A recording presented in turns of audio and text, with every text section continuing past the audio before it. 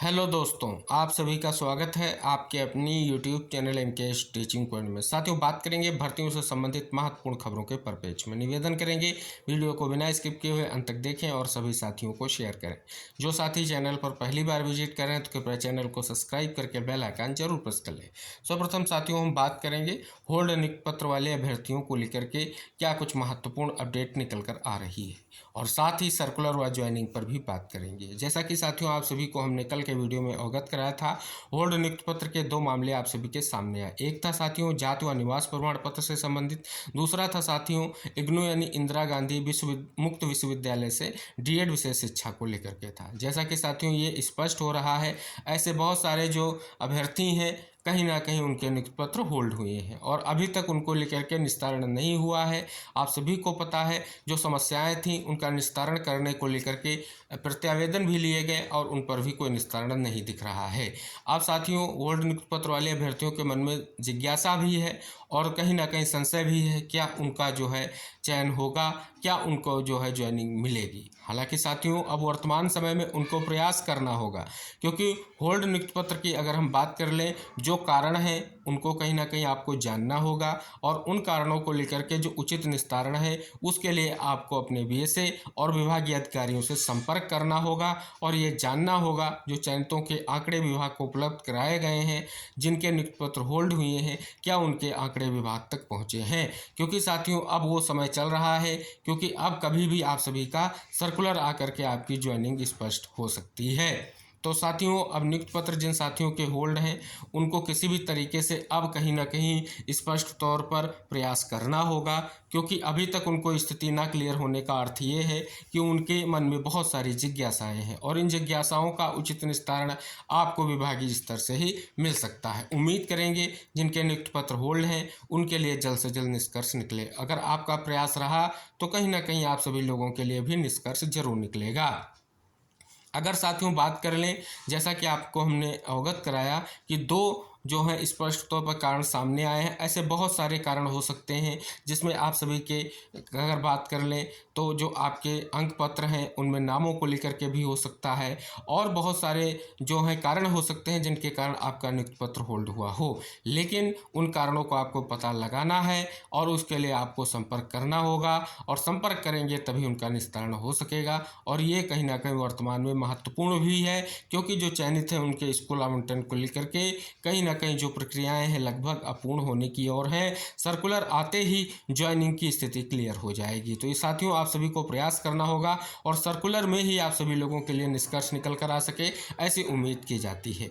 अब साथियों बात कर ले सर्कुलर कब जारी होगा, तो जैसा कि आप सभी को हमने अवगत कराया, एक तरफ जो आपके स्थानांतरण प्रक्रिया चल रही है 19 तारीख तक प्रक्रिया में जो है कहीं ना कहीं स्पष्ट तौर पर पूर्ण करने का निर्देश है। तो साथियों इसी दौरान अगर हम बात कर लें तो 20 तारीख तक उम्मीद जताई जा रही कि सर्कुलर आ जाएगा, क्योंकि साथियों बहुत सारे जो सेकंड काउंसलिंग में आवेदकों ने प्रतिभाग किया था और जिनका चयन सुनिश्चित हुआ है, विभिन्न जनपदों में उनको जा करके ज्वाइनिंग लेनी है, तो उनके लिए उनको पर्याप्त समय की आवश्यकता होगी। और साथियों 25 तारीख से विद्यालय खुल रहे हैं, तो पूरी उम्मीद है विद्यालय खुलते ही आप सभी को ज्वाइनिंग मिलनी है।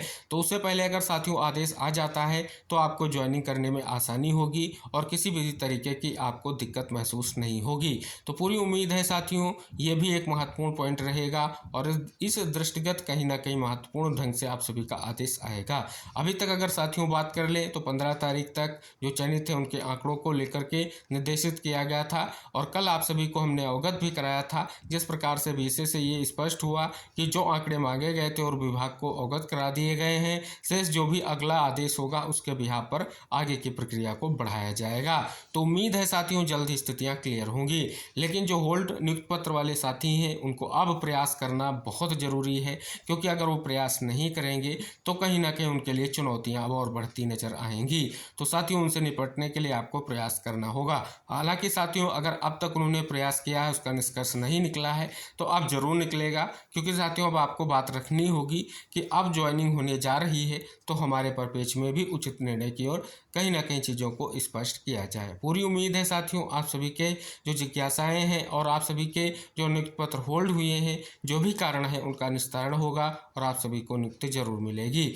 जैसा कि साथियों, जैसे कि स्पष्ट हो रहा है कि अब सर्कुलर के साथ ज्वाइनिंग की स्थिति धीरे धीरे स्पष्ट हो रही है। उम्मीद करेंगे आप सभी लोगों के लिए भी निष्कर्ष निकल कर आएगा और जो भी सूचना होगी आपकी 12,460 शिक्षक भर्ती से संबंधित महत्वपूर्ण मुद्दों को लेकर के हम जरूर आप तक शेयर करेंगे, तो चैनल से जरूर जुड़िएगा। अब साथियों हम बात कर लें यूपी पुलिस सिपाही भर्ती री एग्जाम को लेकर के, जो साथी प्रयास कर रहे हैं उनके लिए बड़ी खबर आ चुकी है।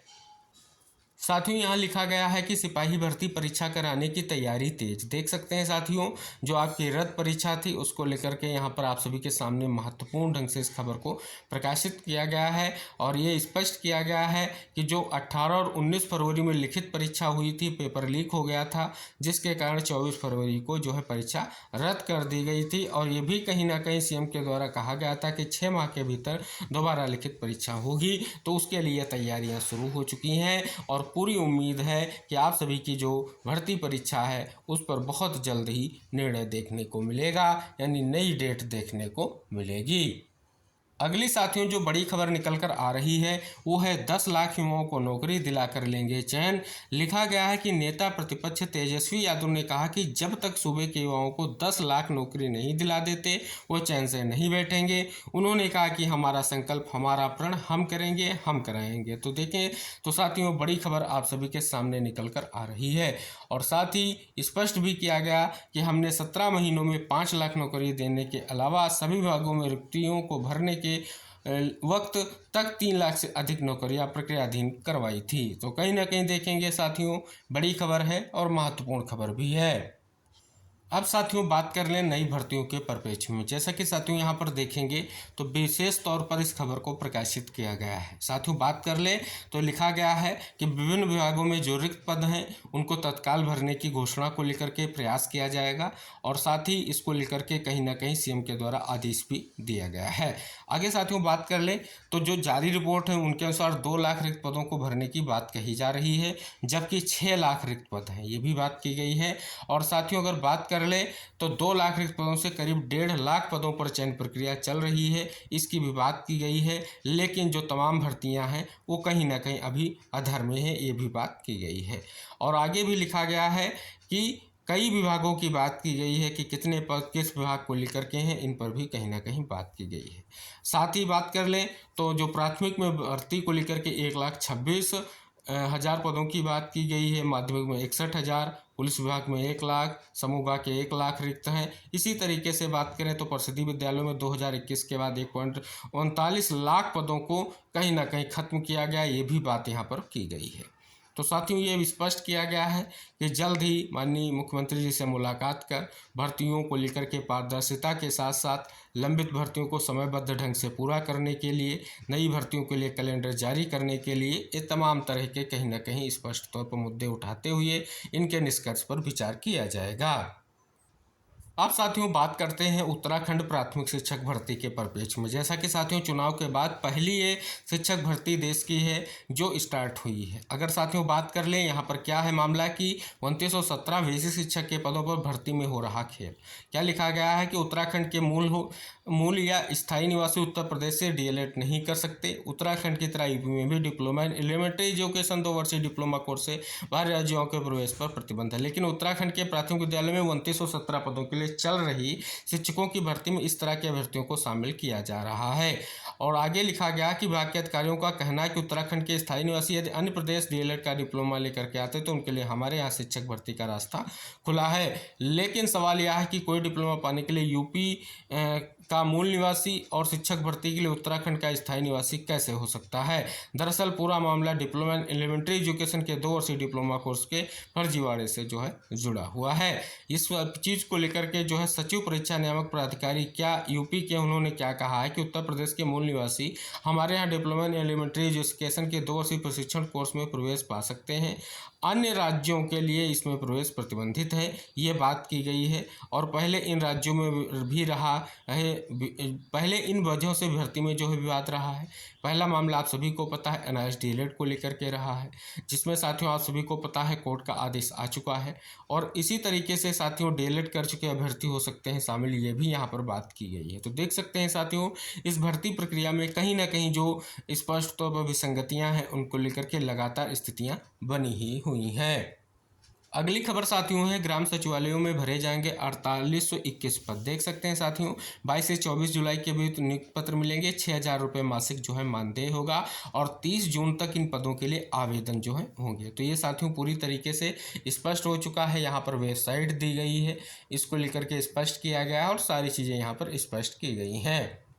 अगली खबर है अग्निवीर भर्ती से संबंधित। साथियों देख सकते हैं बात कर लें तो मुख्यालय भर्ती क्षेत्र लखनऊ की ओर से 24 जून से अयोध्या के डोगरा रेजिमेंटल सेंटर ग्राउंड पर सेना के लिए अग्निवीर भर्ती रैली जो है आयोजित की जाएगी। इसके अलावा साथियों अगर देखेंगे आगे लिखा गया है कि 24 से 30 जून तक अलग अलग श्रेणी के लिए भर्ती होगी, जिसके बारे में यहाँ पर डिटेल से स्पष्ट किया गया है। अगली जो खबर है साथियों नीट परीक्षा से जुड़ी हुई है। लिखा गया शिक्षा मंत्री ने माना कुछ जगह हुई गड़बड़ी हुई और दोषियों को बख्शे नहीं गए। धर्मेंद्र प्रधान ने छात्रों के लिए आश्वस्त, सरकार गंभीर, नेशनल टेस्टिंग एजेंसी में सुधार की जरूरत। तो ये थी साथियों आज की महत्वपूर्ण भर्तियों से संबंधित महत्वपूर्ण खबरें। निवेदन रहेगा वीडियो को शेयर करें, चैनल को सब्सक्राइब करें। मिलते हैं नेक्स्ट अपडेट के साथ, तब तक के लिए बाय बाय, टेक केयर साथियों।